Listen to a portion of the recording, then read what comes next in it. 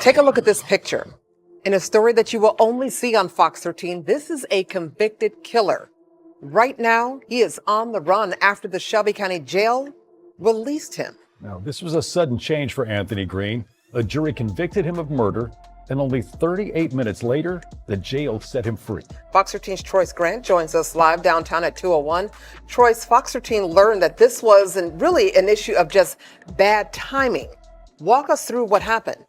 Yes, so Anthony Green was here in jail at 201 Poplar for... So Pooh Shiesty might be in serious federal trouble right now. And it's all because he allegedly helped his homie break out of prison and disappear.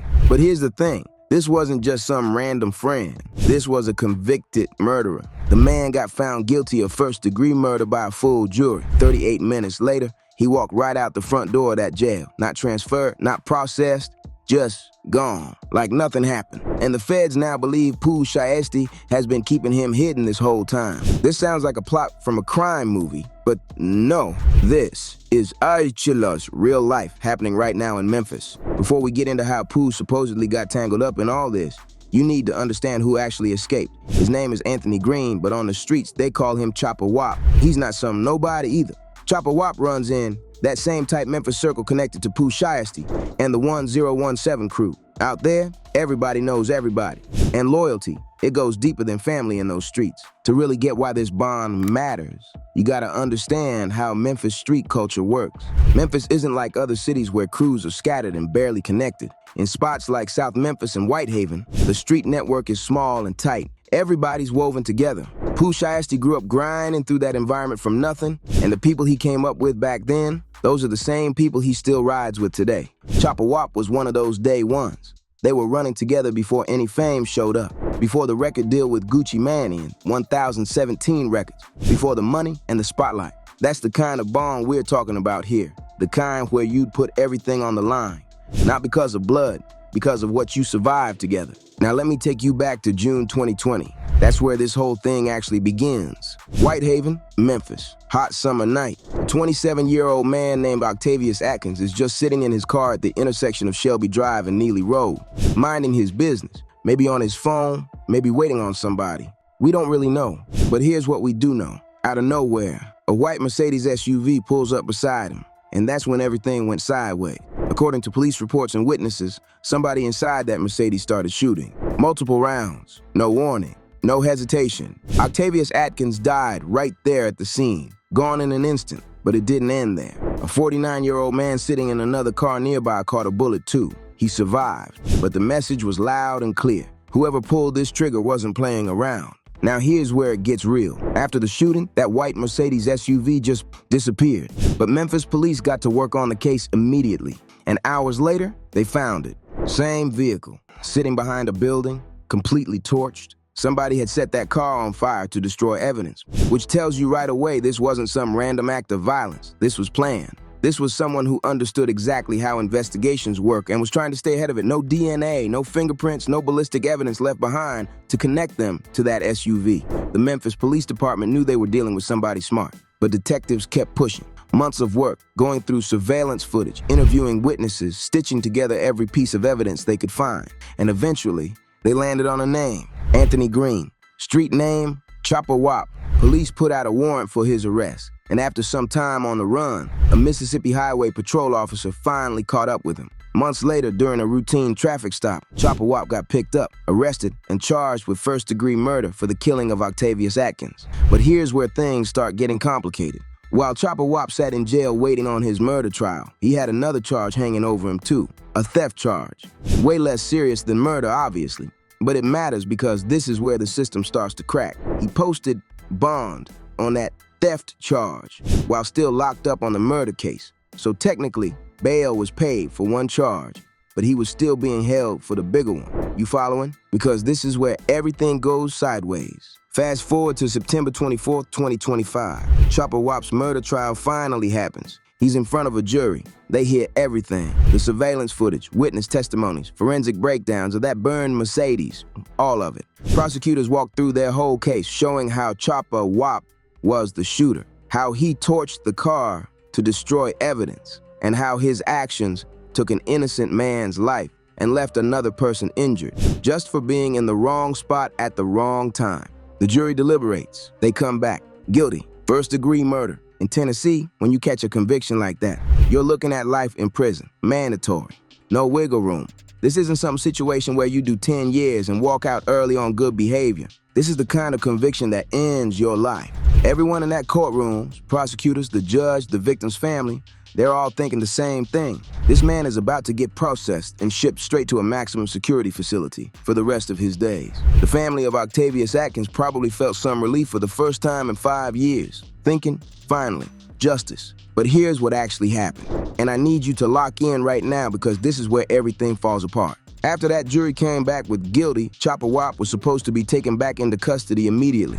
Bonds revoked, paperwork updated. The system should have reflected one clear fact. This man is now a convicted murderer serving a life sentence. The court clerk's job was simple. Update the records, send the conviction documents to the jail, and make sure everyone involved knows this person cannot be released under any circumstances. But somewhere between that courtroom and the jail system, somebody dropped the ball badly. At 201 Poplar, that's the main jail facility in Memphis. When Choppa Wop's paperwork came through, the only thing on file was his bond status from the theft charge. The documents showing he had just been convicted of first-degree murder. The ones that should have revoked every bond he had, they weren't there. Probably sitting on someone's desk, stuck in some bureaucratic mess, or buried under hundreds of other cases being processed that same day. Either way, not in the system, and in the jail system, if it's not in the computer, it doesn't exist. So what did the jail do? They released him. Just let a convicted murderer walk right out the front door. 38 minutes, that's it.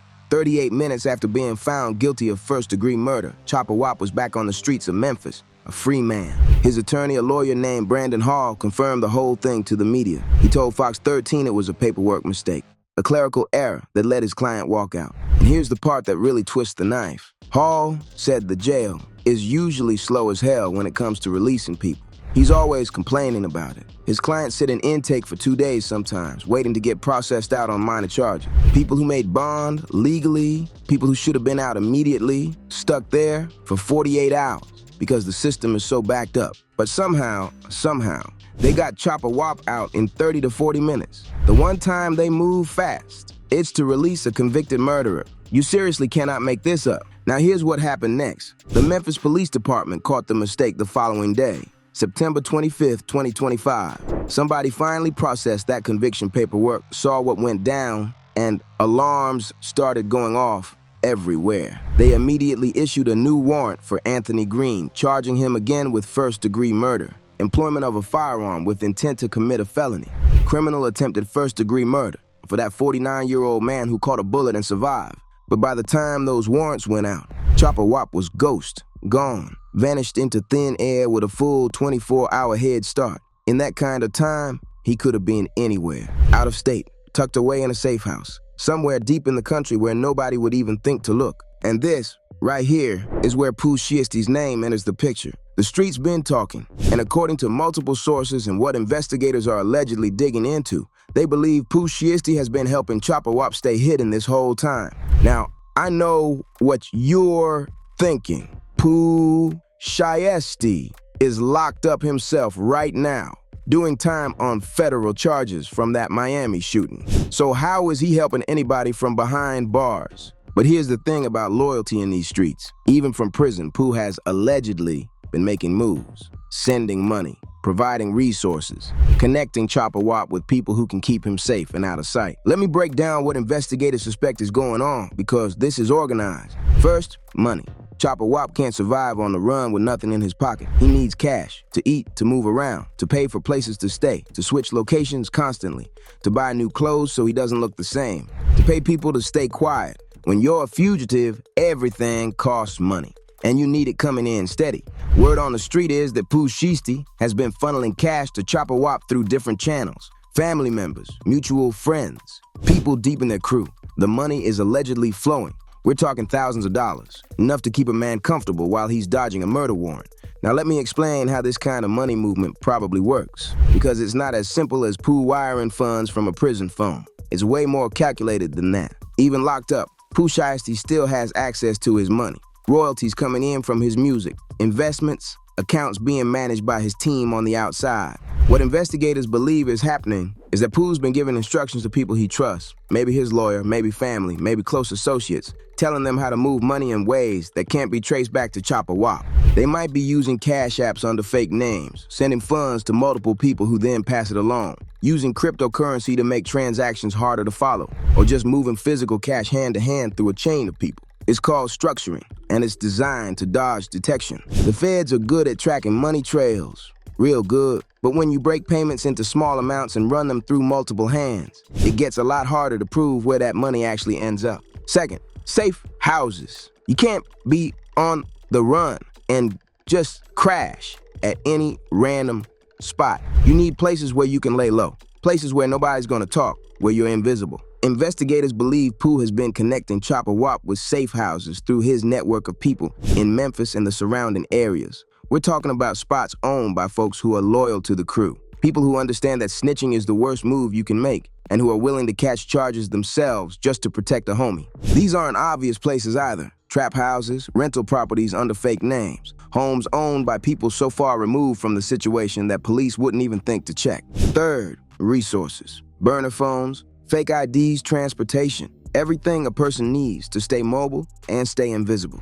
Choppa Wop can't use his real phone. Police can track that through cell towers and Jeep. He can't drive his own car because the plates are flagged in every law enforcement database in the country. So he needs a constant supply of new phones. Use them for a few days, then toss them. New vehicles that aren't in his name. People who can move him from spot to spot without drawing attention.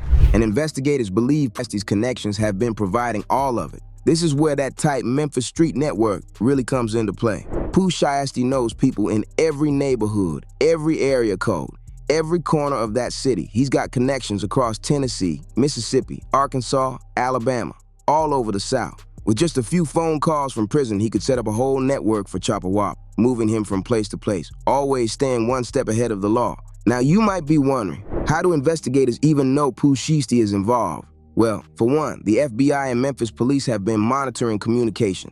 When you're in federal prison like Pooh, your phone calls get recorded, your mail gets read, your visits get watched. Everything you say and do is under surveillance. If Pooh is making moves, they're gonna pick up on it. They're listening for code words, watching for patterns, analyzing who he's talking to and exactly what he's saying. Even if Pooh's being careful, not saying anything directly incriminating, investigators know how to read between the lines. They're trained for this. They catch things most people wouldn't notice. But here's the thing, it's not just about direct evidence. It's also about patterns, connections. When investigators start tracking where Choppa Wop has been spotted, who's been helping him, and where the money's coming from, a lot of it allegedly traces back to people tied to Pooh Shiesty. They're digging through financial records, phone records, surveillance footage from areas where they think Choppa Wop might have been hiding. They're pulling people in for interviews, applying pressure on low-level associates who might know something, offering deals to anyone willing to cooperate. The streets in Memphis are tight, but they're not unbreakable. Somebody always knows something, and when the feds start squeezing, people start talking.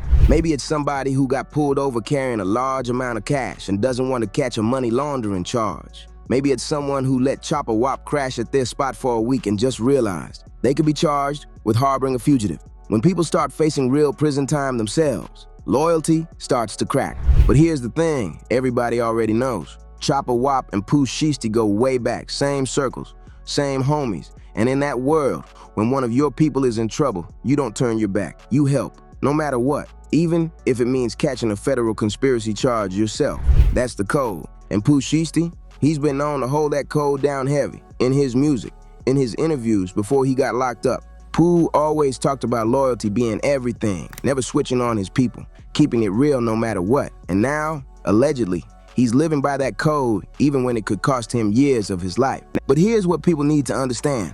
Helping a fugitive is not a small thing. We're talking federal charges, conspiracy to harbor a fugitive, obstruction of justice, possibly even aiding and abetting. If they can prove Pooh Shiesty was sending money and resources to help Choppa Wop stay hidden, Pooh could be looking at serious time added to his sentence. He's already locked up on gun charges from that Miami shooting, doing a 5-year bid. And now he might catch even more time behind this. And it's not just Pooh who could go down either. Anybody who's been helping Choppa Wop, family members, friends, associates, people who provided safe houses or transportation, they're all at risk of catching charges too. The feds don't play when it comes to harboring fugitives, especially not convicted murderers. Meanwhile, Choppa Wop is still out there. Right now, he's still on the run.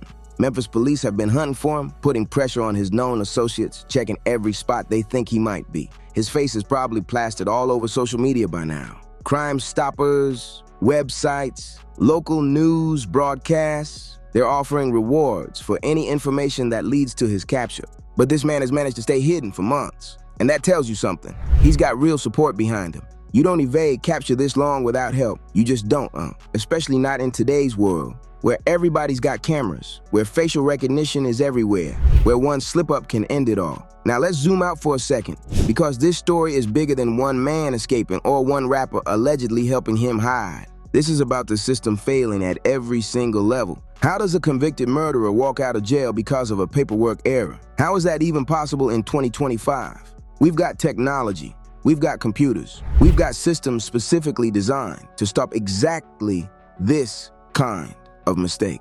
And yet, a man gets convicted of murder and walks out the front door in under an hour. That's not just a mistake. That's a breakdown of the justice system, one that puts the entire community at risk. Think about that. While Choppa Wop is out there on the run, he's a threat. He was convicted of killing one person and shooting another. What's stopping him from doing it again if he feels cornered or backed into a wall? And what about the victim's family? They thought they finally had justice after 5 years of waiting. Then they find out the man who killed their loved one is walking free. That's torture.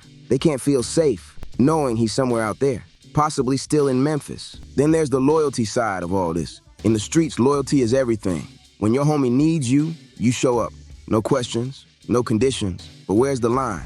At what point does loyalty turn into something darker, something dangerous? Pooh Shiesty, if these allegations are true, is risking additional prison time, possibly decades more, all to help a convicted murderer stay free. That's the level of loyalty we're talking about.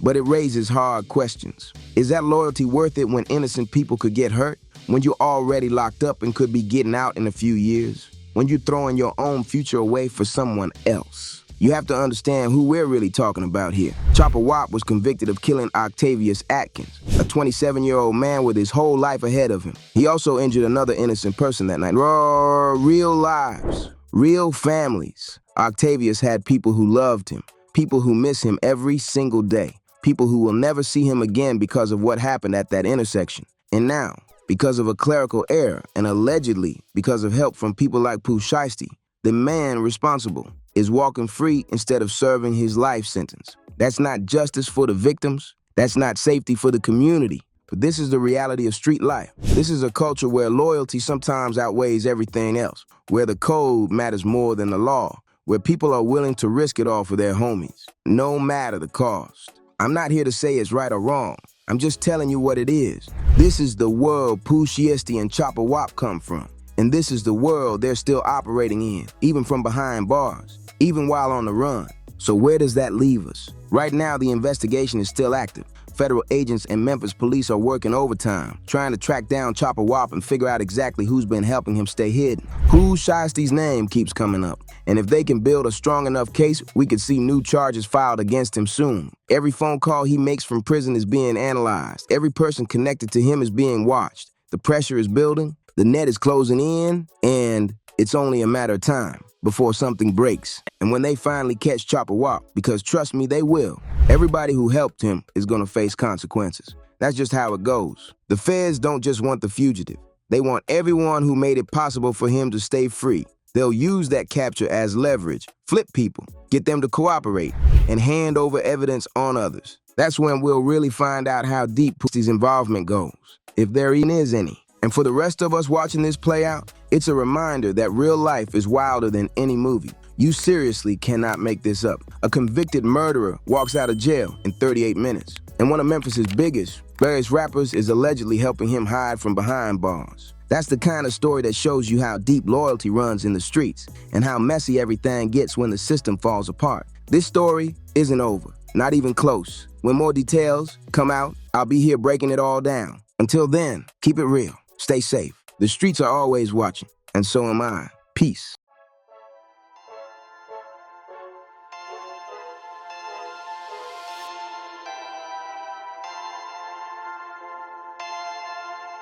Perfect.